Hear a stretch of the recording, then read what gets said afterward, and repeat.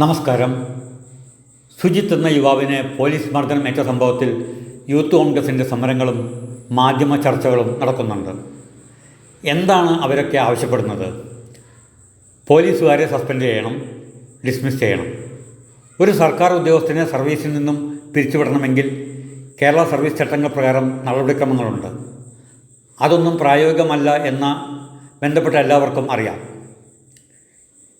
ഇനി അവരെ ഡിസ്മിസ് ചെയ്താൽ തന്നെ സുജിത്ത് എന്ന യുവാവിന് എന്താണ് പ്രയോജനം? കുറ്റത്തിന് ആനുപാതികം ആയിരിക്കണം ശിക്ഷ. സുജിത്തിന് ഗവൺമെൻറ് നഷ്ടപരിഹാരം നൽകലാണ് നീതി. അന്വേഷണ റിപ്പോർട്ടിൻ്റെയും മെഡിക്കൽ ബോർഡിൻ്റെയും നിർദ്ദേശപ്രകാരം അർഹമായ നഷ്ടപരിഹാരം കൊടുക്കാൻ ഗവൺമെൻറ് തയ്യാറാകണം. ആ തുക മർദ്ദനക്കേസിലെ പോലീസുകാരുടെ ശമ്പളത്തിൽ നിന്നും ഗവൺമെൻറ് ഈടാക്കണം. അതാണ് കുറ്റക്കാർക്കുള്ള ശിക്ഷ, അതാണ് യുവാവിനുള്ള നീതി. നന്ദി, നമസ്കാരം.